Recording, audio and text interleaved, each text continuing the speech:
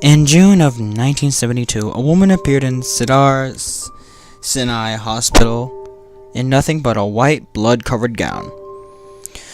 Now this in itself should not be too surprising, as people often have accidents nearby and come to the nearest hospital for medical attention. But there are two things that caused people who saw her to vomit and flee in terror. The first thing being that she wasn't exactly human. She resembled something close to a mannequin. She had the dexterity and the fluent movements of a normal human being, but her face was flawless as a mannequin's, devoid of eyebrows and smeared in makeup. There was a kitten clamped in her jaw so unnaturally tight that no teeth could be seen. The blood was still squirting all over her gown and onto the floor. She then pulled it out of her mouth and tossed it aside and collapsed. For the moment she stepped through the entrance to when she was taken to a hospital room and cleaned up before being prepped for sedation, she was completely calm, expressionless, and motionless. The doctors thought it was best to restrain her until the authorities could arrive, and she did not protest.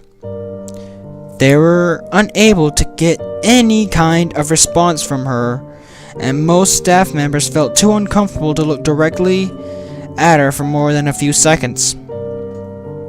But the second the staff tried to sedate her, she fought back with extreme force.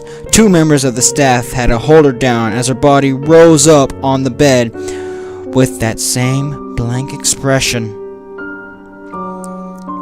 She turned her emotionless eyes towards the male doctor and did something unusual. She smiled, and as she did, the doctor screamed and let go out of shock.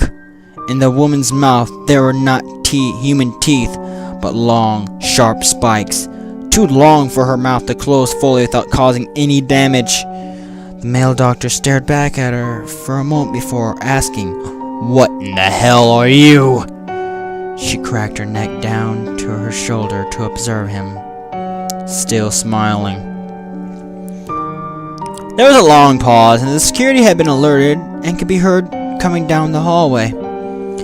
As she heard them approach, she dawdled forward, sinking her teeth into the front of his throat, ripping out his jugular and letting him fall to the floor, gasping for air as he choked on his own blood.